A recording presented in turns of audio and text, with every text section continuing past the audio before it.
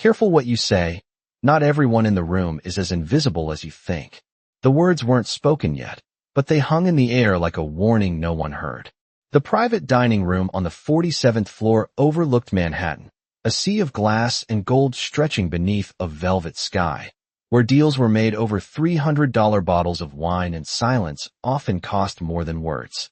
Crystal glasses chimed softly, a muted jazz trio played somewhere beyond the walls, and at the center of it all sat Ethan Caldwell, a billionaire CEO who had built his empire on precision, control, and the quiet belief that he was always the smartest man in the room.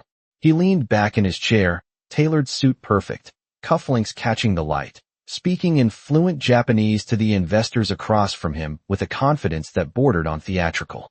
The men across the table nodded politely, their expressions measured, but Ethan wasn't speaking to impress them anymore. Not really. His voice lowered just enough to feel private, just enough to feel safe. At least the service is quick, he said in Japanese, a faint smirk touching his lips. Even if she probably has no idea what we're saying. A couple of his colleagues chuckled under their breath. It wasn't loud.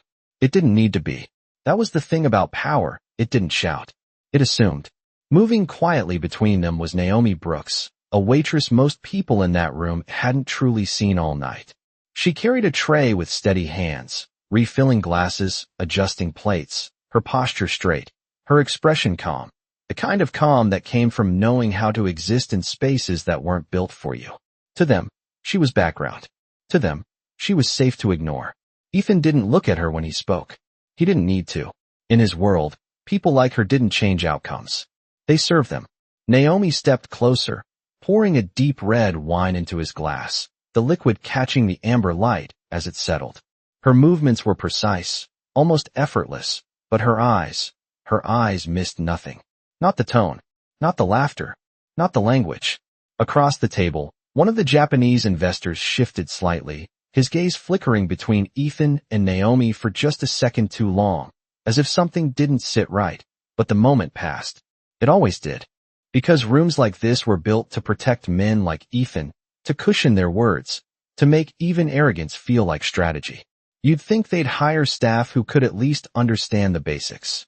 Ethan continued in Japanese, swirling his glass slowly, the confidence in his voice now unmistakable. But I guess that's not the point, is it? This time, the laughter came easier. Softer, but sharper.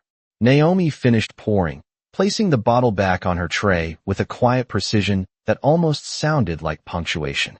For a brief second, she paused. Not long enough to be noticed by most. Just a breath. Just a shift. Then she moved on, stepping back into the rhythm of service, into the silence that had always been expected of her. But something had changed. Not in the room. Not yet. The skyline still shimmered. The music still played. The conversation continued as if nothing had happened. But beneath it all, something was building. Because power, when left unchallenged, grows comfortable. And comfort is where mistakes begin. Naomi did not rush back to the kitchen. She moved the way she always did, measured, precise, invisible by design. But her mind was no longer on the rhythm of trays and glasses. It was on the words. Every syllable. Every careless assumption wrapped in a language Ethan believed gave him privacy.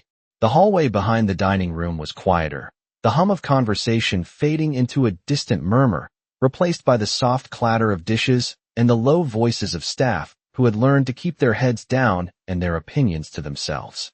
Naomi placed the empty tray on the counter, her fingers resting on the polished surface for just a moment longer than usual.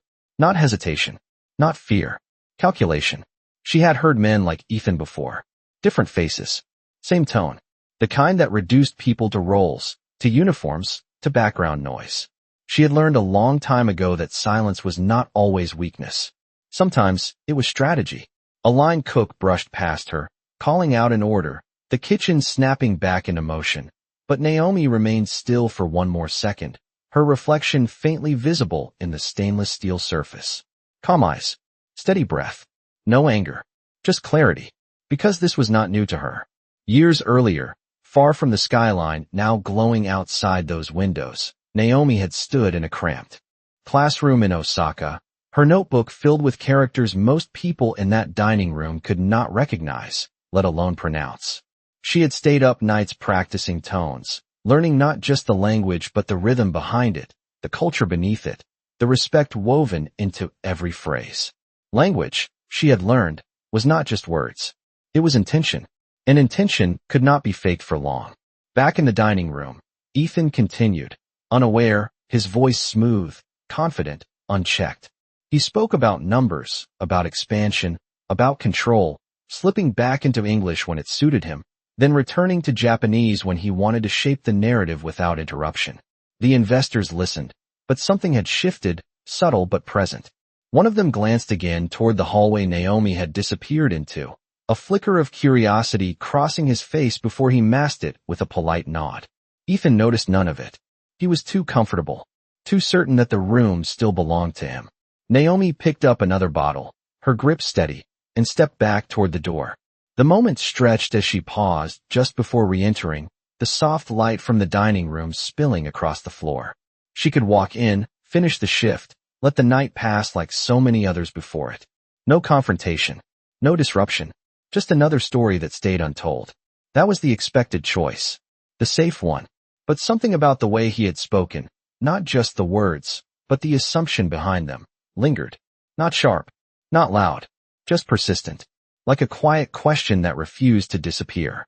Naomi exhaled slowly, then stepped forward. The door opened without a sound. Conversations continued. Glasses lifted. The city still shimmered beyond the windows. But now, as she moved back into the room, something else moved with her. Not anger, not pride, something steadier, something earned. Because the difference between being unseen and choosing when to be seen was everything. The door closed softly behind Naomi, but this time, the room felt different as she stepped back in, as if something unseen had shifted its weight just slightly. Ethan was mid-sentence, his voice smooth and practiced, moving between English and Japanese with the ease of someone who believed fluency alone made him superior.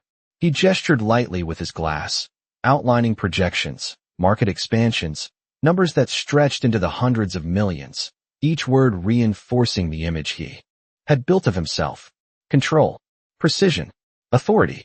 The investors across from him listened, but their attention was no longer fixed entirely on him. There was a subtle fracture in the rhythm now, something almost imperceptible unless you were looking for it. Naomi moved toward the table again, her steps quiet against the polished floor, the bottle of wine steady in her hand. She approached Ethan first, just as before, just as expected. He did not look at her. Not when she reached for his glass. Not when she began to pour. "Make sure it is filled properly this time," he said in English, his tone casual, dismissive, like a man adjusting a detail that did not matter. Then, without breaking eye contact with his investors, he added in Japanese, softer, sharper, "Attention to detail is not exactly their strength." A few of the men smiled politely. One of them did not. Naomi finished pouring, the deep red liquid settling into the crystal, catching the light like something far more expensive than it was. Her hand did not shake. Her expression did not change. But she did not step away. Not this time. For a fraction of a second, the movement of the room continued around her, untouched, uninterrupted. Then she placed the bottle down. Gently, deliberately. The sound was soft, but it landed heavier than anything Ethan had said all night. And then she spoke. Not loudly, not dramatically, just clearly. In Japanese. "The pour is precise," she said, her tone calm, each word measured with quiet confidence. "But respect is where the details seem to be missing." The sentence cut through the room without raising its volume. It was not the language alone that stopped everything. It was the clarity, the accuracy, the intention behind it. Ethan's hand froze halfway to his glass. The faint smile on his lips did not disappear immediately, but it lost something. Certainty. Across the table, one of the investors blinked, then leaned back slightly, his expression shifting from polite neutrality to something closer to surprise. Another exchanged a quick glance with his colleague, the kind of glance that did not need explanation. Naomi continued, her voice steady, still in Japanese, still controlled. "When you speak about people as if they cannot understand you, it says more about your assumptions than their abilities." The room did not move. The music outside the walls continued. But it felt distant now, irrelevant. Ethan slowly turned his head toward her, really looking at her for the first time that night. Not at the uniform, not at the role, at her. There was no anger in her expression, no attempt to embarrass him, just presence, just truth, delivered without hesitation. And that was what made it land. Because power expects resistance to look loud, emotional, easy to dismiss. It does not expect calm. It does not expect precision. And it certainly does not expect to be corrected in its own language. The silence that followed was not empty. It was full of realization, full of recalculation, full of a question no one in that room had been asking until now. Who, exactly, had been in control of this conversation all along? No one spoke first. That was the part Ethan was not prepared for. Not outrage, not laughter, not even discomfort loud enough to deflect. Just silence. The kind that does not rush to fill itself. The kind that waits. Ethan slowly set his glass down, the faint clink echoing more than it should have, his mind moving faster than his expression allowed. He had been challenged before. Competitors, board members, reporters. But never like this. Never from someone he had already decided did not matter. He adjusted his posture slightly, a small recalibration, the instinct of a man who understood perception even when control slipped. "That is impressive," he said finally, this time in English, his tone measured, careful, as if choosing each word with deliberate restraint. "I did not realize we had such multilingual staff." A few at the table shifted, the comment landing awkwardly, not quite recovery, not quite apology. Naomi did not react to the phrasing. She did not need to. She had not spoken to be acknowledged. She had spoken to be clear. Across from Ethan, one of the Japanese investors leaned forward slightly, his gaze steady, no longer divided. When he spoke, it was in Japanese, but slower now, intentional. "Fluency is not just about vocabulary," he said. "It is about awareness." The translation did not need to be spoken. The meaning settled on its own. Ethan gave a faint nod, but something in his expression tightened, just for a second. Not anger. Something closer to recognition. The kind that comes when a narrative begins to shift beyond your control. Naomi remained where she was, composed, present, not retreating back into invisibility. That, more than anything, changed the balance in the room. Because presence, once established, is difficult to ignore. Ethan glanced at her again, this time with a different lens, one he had not used before. Not as staff, not as background, as variable. And variables, in his world, required assessment. "Where did you learn?" he asked, the question simple, but no longer dismissive. Naomi met his gaze evenly. "Tokyo," she replied, her voice calm, switching to English now, not to accommodate him, but to make the moment shared. "I lived there for 4 years. There was no embellishment, no performance, just fact. The kind that does not need decoration." A quiet murmur moved through the table, subtle but undeniable. Context had entered the room, and with it, consequence. Ethan leaned back slightly, his fingers resting against the edge of the table, his mind recalculating not just the conversation, but the perception of it. Because in rooms like this, perception was currency. And tonight, something had just been revalued. The investor who had spoken earlier gave a small nod toward Naomi, a gesture of acknowledgement that carried more weight than any compliment. Respect, unspoken but clear. Ethan noticed it. Of course he did. He noticed everything that affected outcomes. But this was different. This was not a number he could adjust or a contract he could renegotiate. This was a moment. And moments, once lost, do not return the same way. Naomi reached for the bottle again, her movement steady, unchanged, as if the room had not shifted at all. But it had. Subtly. Irreversibly. Because the difference between being underestimated and being understood is not volume. It is timing. And Naomi had chosen hers perfectly. The room did not return to normal, even though the conversation tried to. That was the subtle thing about moments like this. They did not end when people started talking again. They lingered. Ethan picked up the thread of his presentation, shifting back into English, his voice controlled, steady, as if nothing significant had happened.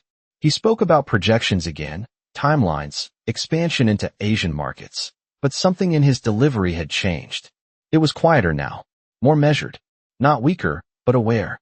Across the table, the investors listened, but their attention no longer belonged entirely to him. It moved. It recalibrated. It included Naomi. Not openly, Not dramatically, but undeniably. Naomi stepped away from the center of the table, continuing her work, refilling glasses, clearing plates, her movements unchanged, but her presence now carried weight. The kind that does not ask for attention but holds it anyway. One of the investors, an older man with a calm, observant demeanor, spoke up, this time in English. Your strategy depends heavily on cultural alignment, he said, his tone polite but deliberate. Understanding nuance. Communication beyond translation. He paused just long enough for the meaning to settle. How do you ensure that? Ethan nodded slowly, his fingers interlaced on the table, his mind already working through the question. But this was no longer just about strategy. It was about credibility. We invest in local expertise, he replied. We build teams that understand the market from the inside. It was a strong answer. On another night, it might have been enough. But tonight, it met a different standard. The investor glanced briefly toward Naomi, then back to Ethan. That is good, he said. Because assumptions can be expensive. The word hung in the air longer than the others. Not accusatory, not aggressive, just precise. Ethan gave a small, controlled smile, but it did not reach his eyes the same way it had earlier. He understood now. Not just the conversation, but the shift underneath it. This was no longer a room where he could rely on momentum alone. Naomi returned to the table once more, placing a fresh glass beside one of the investors. This time, when she stepped back, the same man who had spoken earlier looked up at her and said, "Thank you." Clearly, directly, making eye contact. It was a simple gesture. Common. Expected, even. But in this room, in this moment, it meant something else. Recognition. Naomi nodded slightly, her expression calm, acknowledging it without amplifying it. She did not need to. The moment spoke for itself. Ethan watched it happen. That small exchange. That shift in attention. And for the first time that night, he saw the full picture. Not just the misstep. Not just the correction. But the cost. Because influence is not lost in one dramatic fall. It erodes. Quietly. In moments like this. He leaned back in his chair, exhaling slowly, his gaze moving briefly toward Naomi again, then back to the table. There were no more comments in another language. No more private assumptions disguised as strategy. The conversation continued, but now it moved on different ground. Ground that required more than confidence. More than control. It required awareness. And awareness, once introduced, changes everything. By the time dessert menus were placed on the table, the energy in the room had settled into something quieter, but far more deliberate. No one rushed their words anymore. No one filled silence just to prove control.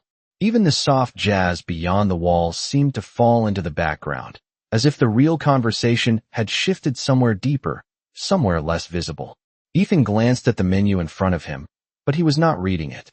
His mind was still replaying the moment from earlier, not as a mistake to dismiss, but as a variable he had failed to account for. That, more than anything, unsettled him. Because Ethan Caldwell did not lose control often. And when he did, it was usually in rooms where the stakes were obvious. This had not been one of those rooms. Or at least, he had not thought so. Across the table, the investors spoke among themselves in low voices, occasionally switching between English and Japanese, but now the language carried a different tone. It was no longer used as a shield or a filter. It was simply communication. Clean, direct, respectful. Naomi moved between the tables again, collecting empty glasses, replacing cutlery, her presence steady, almost quiet enough to disappear again. Almost, but not quite. Because once someone has been truly seen, even briefly, they do not return to invisibility the same way. One of the younger associates at the table, who had remained mostly silent until now, looked up as Naomi approached and hesitated for a moment before speaking. "Excuse me," he said, his voice respectful, careful. "Do you have a recommendation?" It was a simple question. Routine.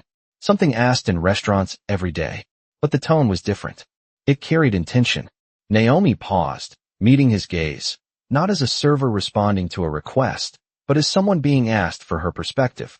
"The citrus tart is popular," she said, her voice calm, then added. "But the matcha soufflé is more balanced." The word choice was precise. Balanced. Not better. Not superior. Just considered. The associate nodded, a small smile forming as if the answer had given him more than just a dessert choice. Across the table, the older investor observed the exchange quietly, then turned his attention back to Ethan. "Perspective matters," he said, almost casually, but not without purpose. Ethan did not respond immediately. He did not need to. The message had already landed. He shifted slightly in his seat, his posture still composed, but no longer rigid in the same way. There was a subtle difference now, not in confidence, but in awareness. He glanced toward Naomi again, but this time, there was no dismissal in his gaze. No assumption, just recognition of something he had overlooked. Something that had been in the room the entire time. Naomi continued her work, placing the final plates, ensuring every detail aligned with the standard expected of a place like this. But her movements were no longer just part of the background. They were part of the room itself. Integrated. Acknowledged. Ethan reached for his glass, then paused, his fingers resting against the stem as if considering something beyond the immediate moment. In business, he understood leverage, timing, negotiation. But this was different. This was not about closing a deal. This was about understanding the room he was in. And for the first time that night, he realized that understanding had not come from the head of the table. It had come from the one person he had not thought to listen to. And that realization did not arrive loudly. It settled in quietly, like a truth that did not need to be announced to be undeniable. The first bite of dessert arrived, but no one rushed to eat it. The plates were set down with care, each detail arranged with precision. But the real focus in the room was no longer the food. It was the shift that no one acknowledged out loud, yet everyone adjusted to. Ethan picked up his fork, then paused again, his attention drifting not to the dish in front of him, but to the space across the table where influence had quietly rearranged itself. In his world, moments like this were usually followed by correction, by reclaiming ground, by re-establishing dominance through sharper language or stronger positioning. But this was not that kind of moment. There was nothing to overpower, nothing to argue against, only something to understand. Across from him, the older investor took a measured bite, then set his fork down, his gaze steady as he looked at Ethan. "In our experience," he said calmly, "partnerships succeed when both sides listen carefully, not only to what is said, but to what is assumed." The sentence was simple, neutral even, but it landed with the weight of everything that had unfolded.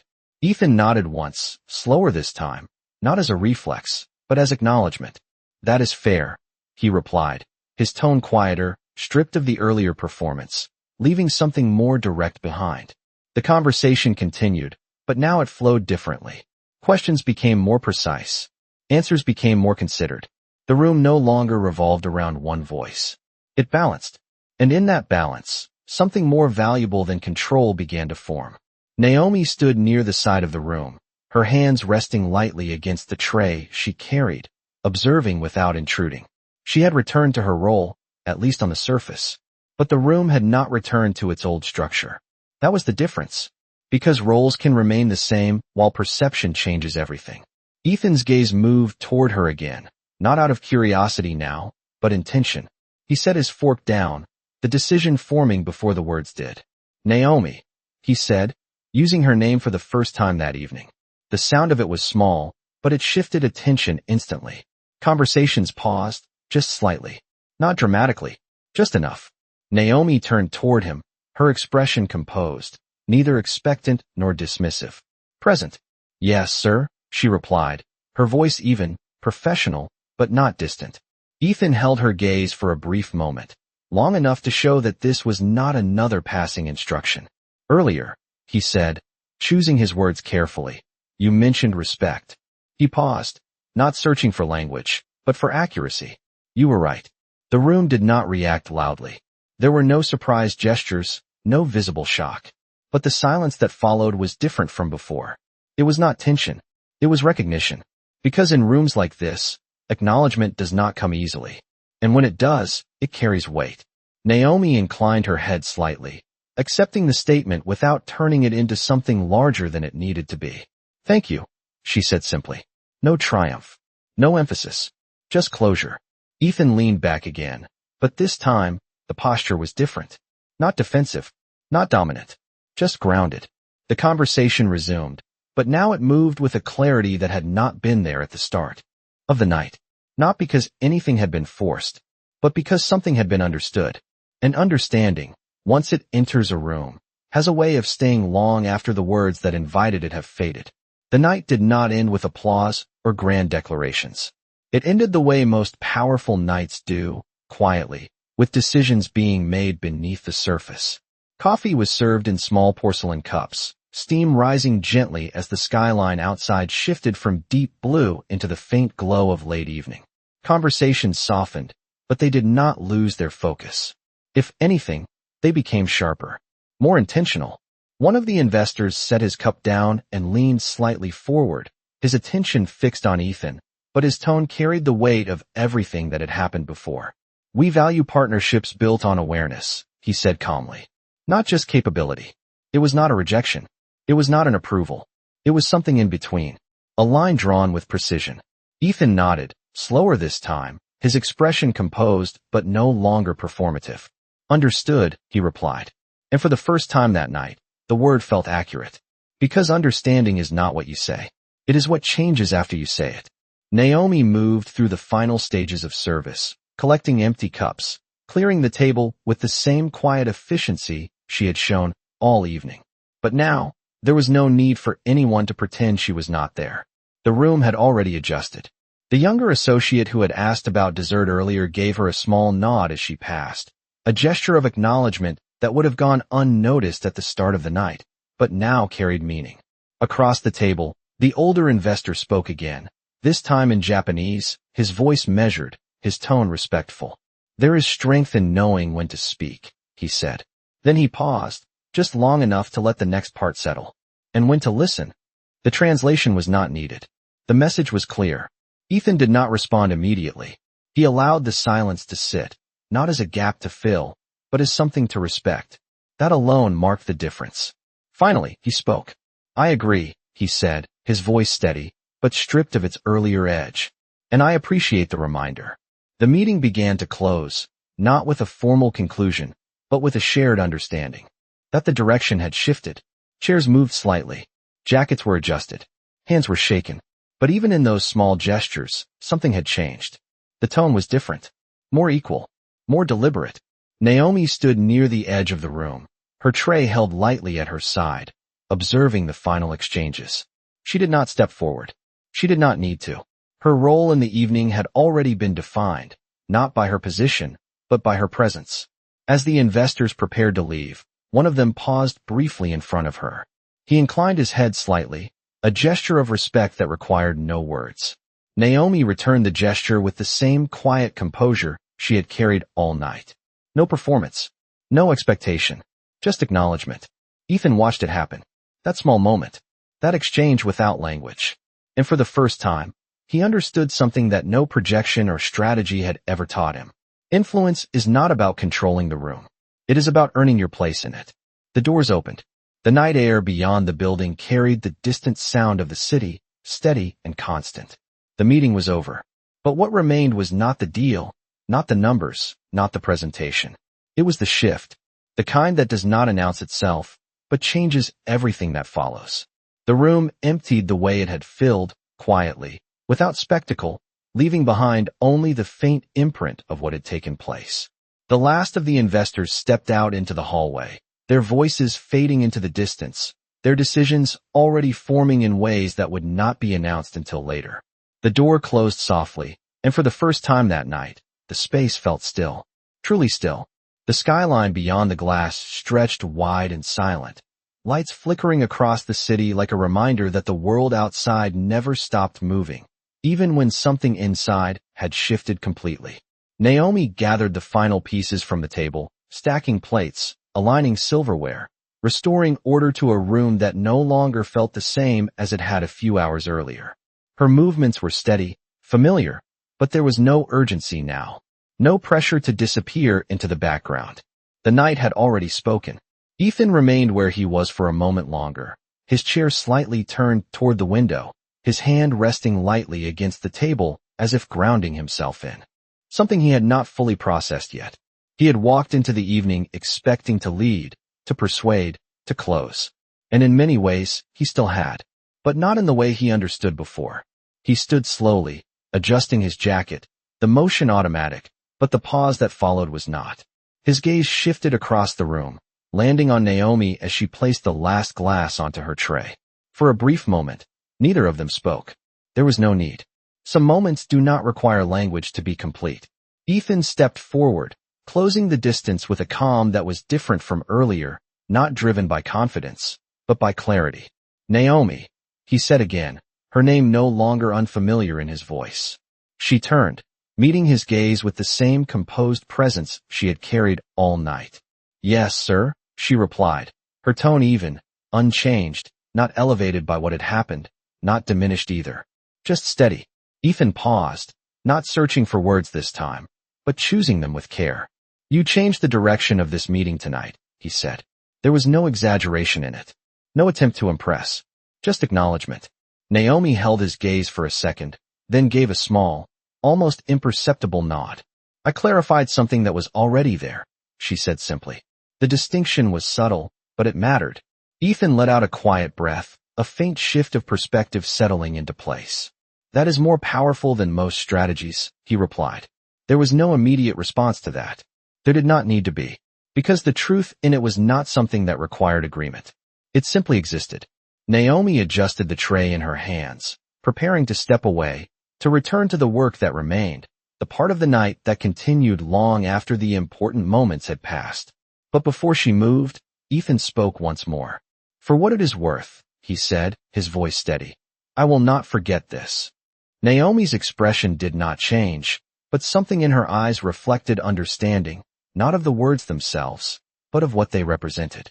You do not have to, she said quietly. Just remember why it mattered. The words settled between them, not heavy, not light, just clear. Ethan gave a small nod, the kind that signaled more than agreement. It signaled acceptance. Naomi turned then, continuing toward the service door, her steps measured as they had been at the start of the night.